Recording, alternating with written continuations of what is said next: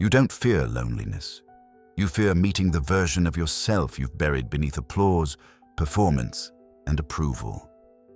In a world that never stops talking, silence doesn't feel peaceful. It feels dangerous because it leaves you alone with the one person you've spent years avoiding: yourself. Carl Jung understood this deeply. He taught that what we often call loneliness isn't truly about the absence of others, but the absence of the self, the disconnection from your own inner truth, your unmet emotions, your forgotten voice. We live in a culture obsessed with productivity, validation, and digital connection, yet many of us feel more emotionally isolated than ever. That ache in your chest isn't just about missing people. It's about missing you. In this video, we won't just talk about solitude, we'll explore what happens when you finally stop running, when you sit with your shadows, your silence, and your soul.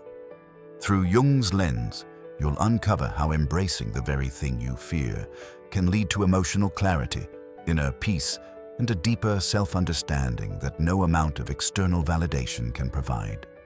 You're not broken, you're just disintegrated, and you're not alone. You're just finally ready to begin the most important conversation of your life. So if this resonates with you, stay, subscribe, like, and let this message be the mirror you've avoided for too long. Because now we return to where all healing begins, not with the noise outside, but with the silence within. You sit in a crowded room, but something inside you feels missing. Notifications light up your screen, replies come in, people laugh around you, and yet you feel hollow. Not because no one is near, but because you are not. Loneliness, as Carl Jung saw it, is not the pain of being without others, it is the quiet ache of being without yourself. The real you, not the performance, not the persona, but the self you left behind to be accepted, applauded, or simply left alone. We've been taught that to feel connected, we need more friends, more messages, more noise. But what if the connection you long for isn't outward? It's inward. What if the fear of being alone isn't about physical isolation at all, but about being forced to meet the parts of you you've rejected, avoided, or buried under expectations? Jung named this mask the persona, the false self we build to survive in society. It's the smile you wear when you're breaking inside, the role you play to be successful, strong, or normal. And while the persona protects you, it also disconnects you. The more you identify with the mask, the more distant you become from your true self. So when the world goes quiet, when there's no one left to perform for, you don't just feel lonely. You feel like a stranger to your own soul. In today's world, this is a crisis. People scroll endlessly, jump from relationship to relationship, or overwork themselves into silence, not because they fear being alone, but because they fear the meaning of being alone. They fear what might surface in the quiet, the suppressed emotions, the forgotten dreams, the unresolved pain. But here's the paradox. The pain you're running from is the doorway to the peace you're seeking. Jung believed that true healing begins when you stop chasing who you're supposed to be and start remembering who you are. This isn't poetic fluff. It's psychological truth. When you face your true self, when you sit in solitude with the fear of being alone and choose not to escape, you reclaim a power no one else can give you. You become whole, not because someone loves you, but because you no longer abandon yourself. Start here. Each day, give yourself 10 silent minutes. No distractions. Just you, your breath, and your truth. Ask yourself, not what the world wants, but what you need. At first, it may feel terrifying, but over time, that silence becomes sacred. That space becomes home. And as you begin to return to yourself, something profound happens. The loneliness doesn't disappear, but it transforms. It becomes a teacher, not a tormentor, a path, not a punishment. Because when you're no longer afraid of being alone, you're finally ready to meet the self that's been waiting for you all along. And once you've taken that first step inward, another truth quietly emerges. Not only have you hidden from yourself, but you've also become deaf to the quiet voice beneath your noise. In that silence, if you listen closely, comes the whisper of the shadow, and it's time to face what it has to reveal. You wake up already tense, spill coffee, and explode at the smallest inconvenience. Someone forgets your name and it stings more than it should. A look, a delay, a word out of place, and suddenly your world is on fire. But the fire didn't start there. The match was struck long ago in places you no longer remember, but your body never forgot. Carl Jung called this the shadow, not a demon, but a neglected child, made of everything you were told not to be. The parts of you deemed too sensitive, too angry, too needy, too strange. You didn't erase them. You buried them, and the deeper you hid them, the louder they began to scream, not through words, but through overreactions, anxiety, and emotional spirals that don't match the moment. The truth is, most of your emotional chaos isn't coming from the present, it's echoing from the past. You think you're angry because your partner didn't reply, but you're really hurting because you felt invisible for most of your life. You think you're afraid of failure, but you're really terrified of being judged the way you were when you first tried to express your dreams. These wounds don't go away when ignored. They wait. And solitude, though uncomfortable, opens the door they've been waiting behind. This is where shadow work for beginners begins. Not in dramatic rituals, but in moments of still honesty. When you pause before reacting and ask, what part of me is speaking right now? When you journal without censoring the ugly parts? When you catch yourself judging others and trace the judgment inward? It's not about fixing yourself, it's about reclaiming the pieces you were told to disown. You don't have to heal all at once. Start with one emotion that keeps surfacing, anger, jealousy, insecurity, and ask it, what do you need from me? That single act of acknowledgement can begin your emotional healing journey. Because when the shadow is seen, it softens, and when it is loved, it leads you not to chaos, but to wholeness. Imagine a young man who grew up being told that crying was a weakness. Now, as an adult, he lashes out in silence, suppresses his grief, and calls it strength. He doesn't realize that his suffering isn't from being alone, but from pushing away the one who needs him most, himself, his inner child, his shadow. You may see yourself in him. Many do. But there is a doorway here, a quiet one. When you choose to stop fighting what's within you and instead sit beside it, something sacred unfolds. You begin to hear your own voice beneath the noise. You begin to understand why you hurt. And in that clarity, you stop bleeding onto others who didn't cut you. This is not the end of your journey. It's the beginning of intimacy with your full self. And once you've looked into the eyes of your shadow and said, I see you, you're ready to ask an even deeper question. Who would I be if I stopped performing, stopped pretending, and finally began the return to my authentic identity? Because that too has been waiting, not loudly, not with force, but with the quiet patience of something sacred, ready to rise. You live in a world that never stops speaking. Notifications, opinions, performances. The noise follows you from sunrise to midnight, invading your thoughts even in the stillness of your bed.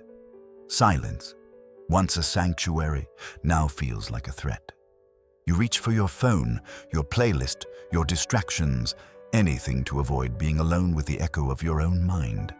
But beneath that resistance is the very key you've been searching for. Carl Jung knew this well. He wrote not from noise, but from listening to dreams, to images, to the subtle whispers of the unconscious that only appear when the surface stills. In silence, you don't lose yourself. You meet yourself, not the version shaped by external expectations, but the original voice, the one buried under layers of performance, productivity, and pressure. Modern life tricks you into thinking that silence is emptiness, that it's wasted time. But that's only because we've confused stimulation with meaning. When the noise fades, what remains isn't a void. It's your inner truth waiting to rise. In silence, the unconscious speaks, not with sentences, but with sensations, symbols, longings. And if you stay long enough, you begin to remember who you were before the world told you who to be. Start small.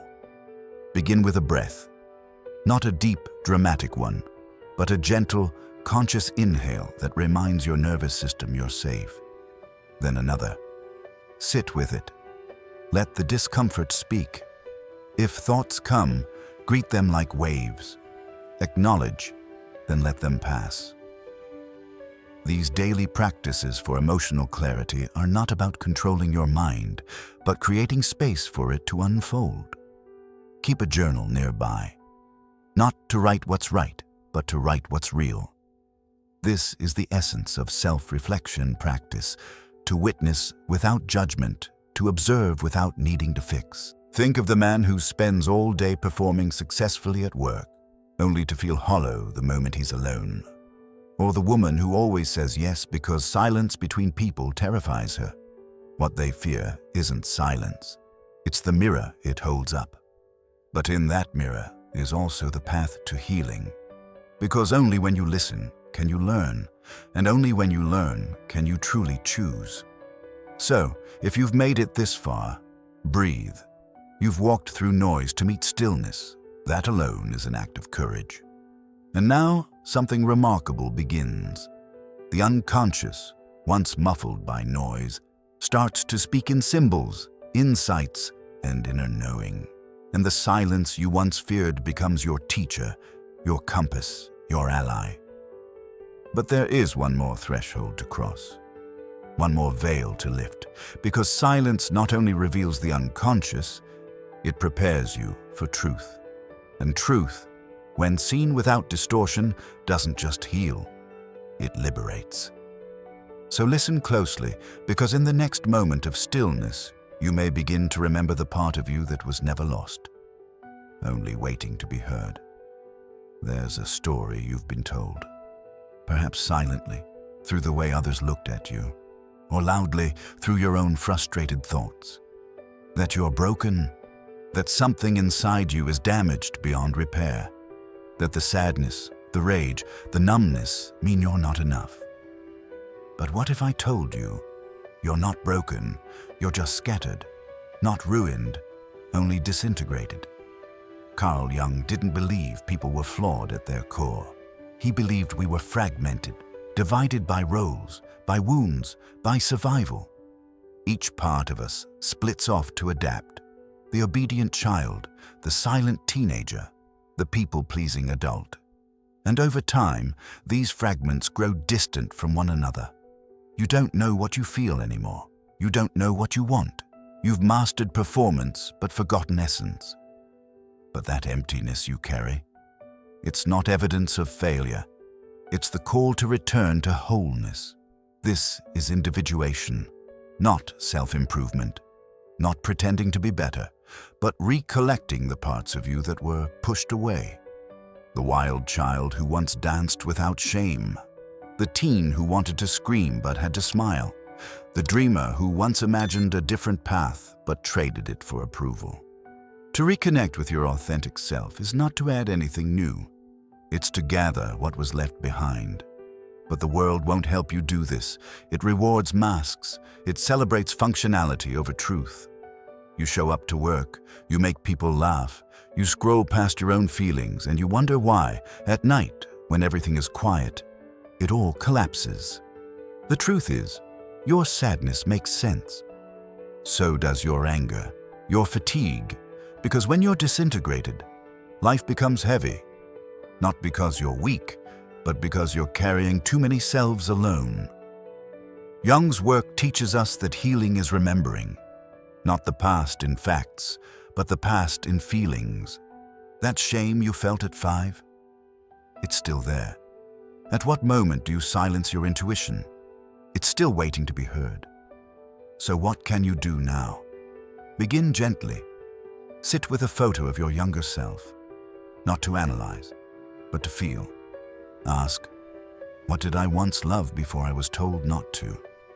Then listen, not with judgment, but with curiosity. This is not about fixing your life. It's about witnessing it fully. You're not broken. You are a mosaic, each piece holding a memory, a meaning, a message. And when you gather them, not to perfect them, but to embrace them, something powerful happens. The sadness becomes sacred, the anger becomes fuel, the numbness becomes clarity, because you are not missing. You are waiting to be found by your own gaze. And as you begin this reassembly, this sacred stitching of self, something else will arise. Resistance. The fear of letting go of control, the fear of trusting your own pace. But that too is part of the path. Because to walk whole, you must first learn to walk slowly. And in that slowness lies your next threshold. Not just knowing who you are, but choosing to be that person, even when the world insists otherwise. When the mirror feels too sharp, we turn away from it, and instead, we point at them, in the world, at everything outside ourselves. It's easier that way, easier to believe the problem is your partner's coldness, your colleague's arrogance, your friend's silence. But the soul knows. Deep down, something trembles. Because most of the time, you're not angry at them. You're echoing unhealed parts of yourself.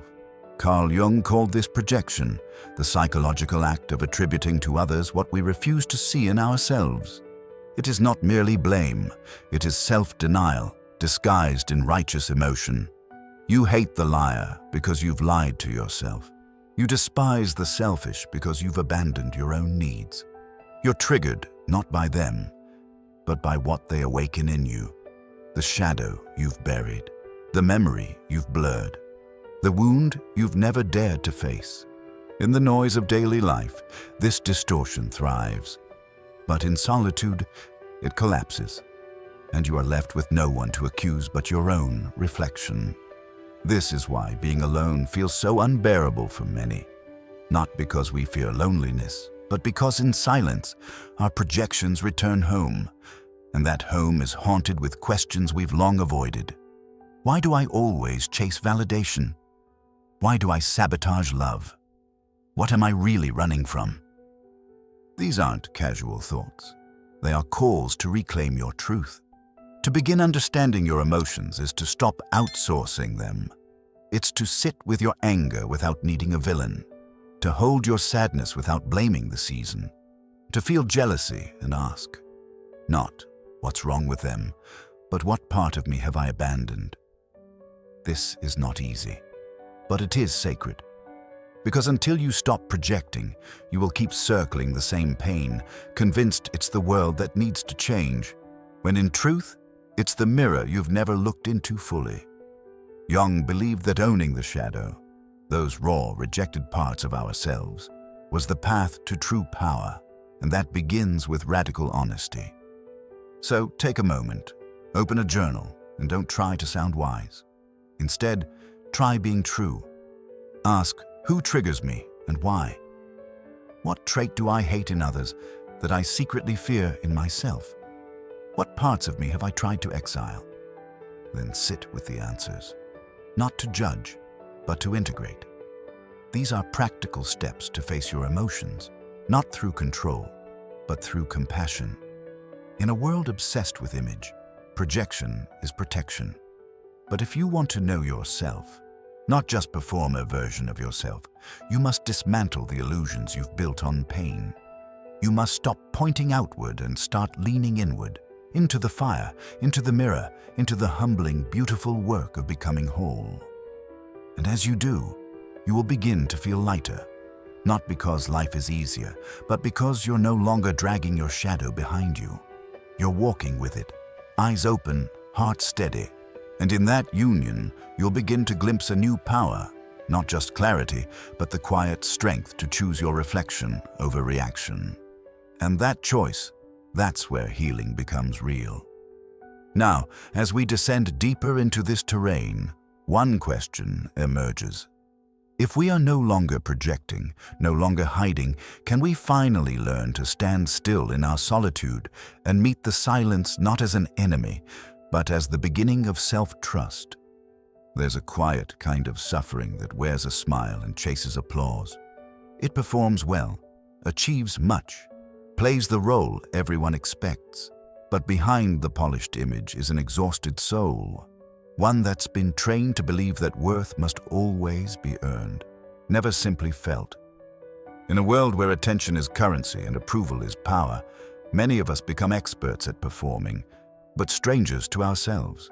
And in this silent performance, something essential is lost, our inner authority. Carl Jung warned against becoming nothing more than a mask, a persona crafted to please the collective, while the true self withers in the background. He spoke of individuation, the sacred process of becoming who you are, not who the world taught you to be. But how can you become that when every day you're chasing likes, nods, titles? External validation that only deepens your disconnection. Ask yourself this.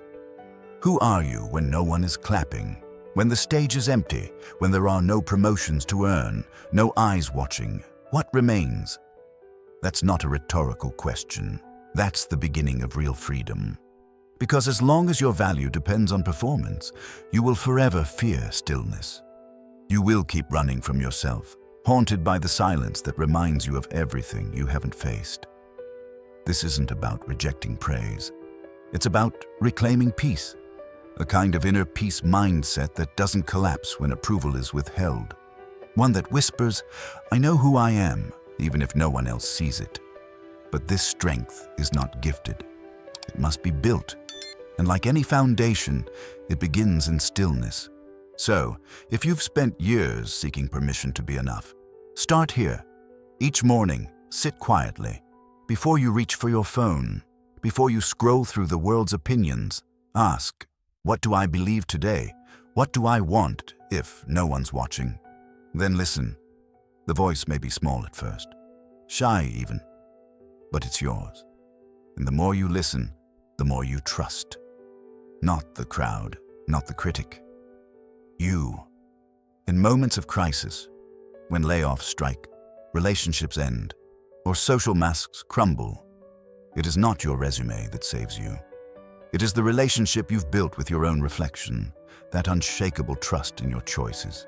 Even when they make no sense to others, that quiet strength that says, I belong to myself now.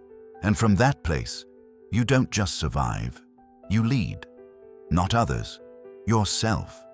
You've made it this far, and that means something. It means you're willing to stop running long enough to ask deeper questions. It means your journey isn't about becoming someone new, but remembering who you were before the world told you who to be. And as you learn to walk without applause, you'll find that your steps become more certain, your path more honest, your presence more grounded. Because the clapping will fade, the spotlight will shift, but what will remain is the voice you chose to follow when no one else could hear it. That voice leads us now to the final door.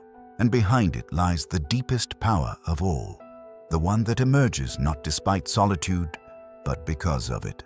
We often mistake the silence of solitude for the scream of abandonment, as if being alone means being unloved, as if retreating from the noise of the world is a failure to belong. But solitude, when chosen consciously, is not exile. It is sanctuary. It is not emptiness, but intimacy. Not distance, but depth. And in the philosophy of Carl Jung, it is a necessary terrain for the soul to walk alone, to remember who it truly is, unshaped by others' shadows. Modern life teaches us to dread the quiet. In every spare moment, we reach for distraction. We flood our senses with voices, notifications, and validation just to avoid sitting with ourselves. But individuation, the unfolding of the true self, does not happen in the crowd. It happens in that sacred space where nothing performs, nothing pretends. Only presence remains, and that presence is what heals. Jung wrote that individuation is not the path of imitation, but of confrontation, meeting the unknown within without turning away. But such encounters cannot occur in performance. They require stillness. And stillness, too often, is confused with loneliness, but they are not the same. Loneliness is the ache of being disconnected even in a crowded room. Solitude is the opposite. It is the power of solitude, the state of being so connected to your own essence that the world becomes a quiet mirror, not a loud judge. Think of solitude not as a desert, but as a garden. A place you return to, not because you've been pushed out, but because you choose to tend to what's real. In the face of social pressure, when you're told you must always be visible, always be productive, always be heard, choosing solitude becomes a radical act of self-respect. It says, "I do not need the world to echo back my worth. I hear it in my own breath." This is not a call for isolation. Isolation is withdrawal from life. Solitude is deepening into it. You can be in a room full of people and still be rooted in solitude if you carry yourself with presence. Try this. At the end of each day, take 15 minutes to sit with no music, no screen, no conversation. Just sit. Let your thoughts rise and fall like waves. If the mind wanders, follow it gently. If the body aches, breathe into it. This is how you embrace solitude for healing, not through escape, but through return. Walk in nature without your phone, not to count steps, but to lose count. Not to get somewhere, but to remember you already are. Paint, not to impress. Write, not to publish. Simply to listen inward. These acts are not hobbies. They are reconnection. They are proof that solitude isn't the absence of connection. It is the reclamation of it. And as you begin to honor this space, you'll notice something shift. The anxiety softens. The identity built on performance loosens. What's left is presence. And presence is where power lives. In this stillness, you're no longer trying to be seen. You're seeing. You're no longer trying to become someone. You are meeting the one who's always been waiting, and that meeting is the doorway to wholeness, the threshold that leads us not outward, but in. To live with wholeness in a fragmented world is not to fix the world. It is to stop letting its fractures divide you. It is to walk through the noise without forgetting your silence. It is to act without performance, to feel without suppression, to stand without masks. This is the path Carl Jung called individuation, not perfection, but integration, not becoming someone else, but becoming who you always were beneath the conditioning. Everything we've explored, loneliness, the shadow, projection, validation, solitude, they are not isolated wounds. They are threads of the same fabric, your psyche yearning for coherence. Jung never promised comfort. He promised freedom, and freedom begins the moment you turn inward, not to escape, but to remember. To re-own the pieces of you that you were taught to exile. To say yes to the pain, not because you enjoy it, but because you trust it will teach you. Real transformation does not look like glowing smiles and endless certainty. It often begins in the raw moments, the ones where you admit you don't know who you are anymore, where your old roles no longer fit, where silence feels unbearable. But then, something miraculous unfolds. The more you stop running, the more grounded you become. The more you stop hiding, the more at home you feel in your own skin. You begin to respond instead of react. You speak not to be liked, but to be true. You love not to fill a hole, but to overflow. You do not chase meaning, you carry it. This is what it means to meet yourself, but don't rush it. This is a lifelong practice, not a single insight. The truth doesn't always feel good at first, but it always frees you. And freedom is not something you wait to feel at the end of the road. It's something you reclaim in small, consistent acts of honesty. with your thoughts, your feelings, your relationships. Even your silence becomes a kind of speech. So revisit this message when you feel lost. Let it echo differently each time. Let the words sit beside you as you journal, not to find answers, but to refine your questions. Ask yourself, where am I still wearing a mask? What part of me am I afraid to bring home? What do I know about myself, deep down, that I've been avoiding? These questions don't demand quick solutions. They invite sacred attention. You've walked far already, far enough to look within without flinching. Honor that. Not everyone is willing to meet their shadow. Not everyone dares to sit in stillness. But you are here. You stayed. And that says everything. In a world that profits from your fragmentation, choosing wholeness is an act of quiet rebellion. And in that rebellion, you do not become someone new. You return fully to the self who was never broken, just buried. Now, stay close, stay open, because everything you're searching for is already listening from within. You've journeyed through the unseen terrain of your inner world, where projection masks pain, validation becomes addiction, and solitude reveals truth. Carl Jung didn't give us easy answers. He offered a mirror, one that reflects not who you pretend to be, but who you are beneath the noise. When you stop running from yourself, you begin to heal. When you embrace the power of solitude, you stop fearing the silence. And when you choose inner peace over performance, you reclaim your authority. So, here's your simple practice. Each morning, before the world speaks to you, ask yourself, what part of me needs to be heard today? Then listen, without judgment. That's where the real work begins. If this message stirred something in you, share your reflections below. What moment in this journey felt personal? Your story may be the mirror someone else needs. And if you haven't yet, subscribe. Join this space where we don't just consume ideas. We live them, because you're not here by accident. You're here to remember. And the path to wholeness is not a destination. It's a daily return to yourself.